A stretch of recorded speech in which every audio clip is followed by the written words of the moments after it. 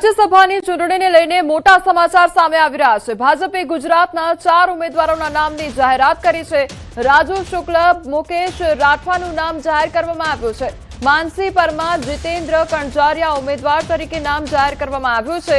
જ્ઞાતિગત સમીકરણોને ધ્યાને રાખીને આ નામોની જાહેરાત કરવામાં આવી છે। આદિવાસી, બ્રાહ્મણ, ઓબીસી ચહેરાઓને સ્થાન આપવામાં આવ્યું છે। તો 8 જૂન ઉમેદવારી ફોર્મ ભરવાની છેલ્લી તારીખ છે, જ્યારે 18 જૂને રાજ્યસભાની ચૂંટણી યોજાશે।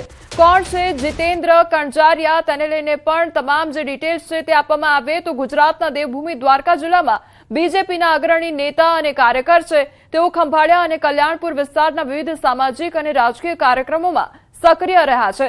તો દેવભૂમિ દ્વારકા જિલ્લા પંચાયતના પૂર્વ કારોબારી સમિતિના ચેરમેન રહી ચૂક્યા છે। ખંભાળિયાના પૂર્વ ધારાસભ્ય મેઘજીભાઈ કણજારિયાના પુત્ર છે।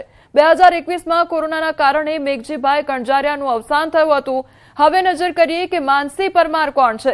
તો ગીર સોમનાથના વતની અને ભારતીય જનતા પાર્ટીના અગ્રણી નેતા છે, જેઓ હાલમાં ગુજરાત પ્રદેશ ભાજપ બક્ષીપંચ મોરચાના અધ્યક્ષ તરીકે સેવા આપી રહ્યા છે। તો અગાઉ ગીર સોમનાથના જિલ્લાના સંગઠનમાં કરી ચૂક્યા છે કામગીરી। હવે નજર કરીએ કે આખરે રાજુ શુક્લ કોણ છે। તેઓ કલોલ ભાજપના કાર્યકર અને સુરેન્દ્રનગરના પ્રભારી છે।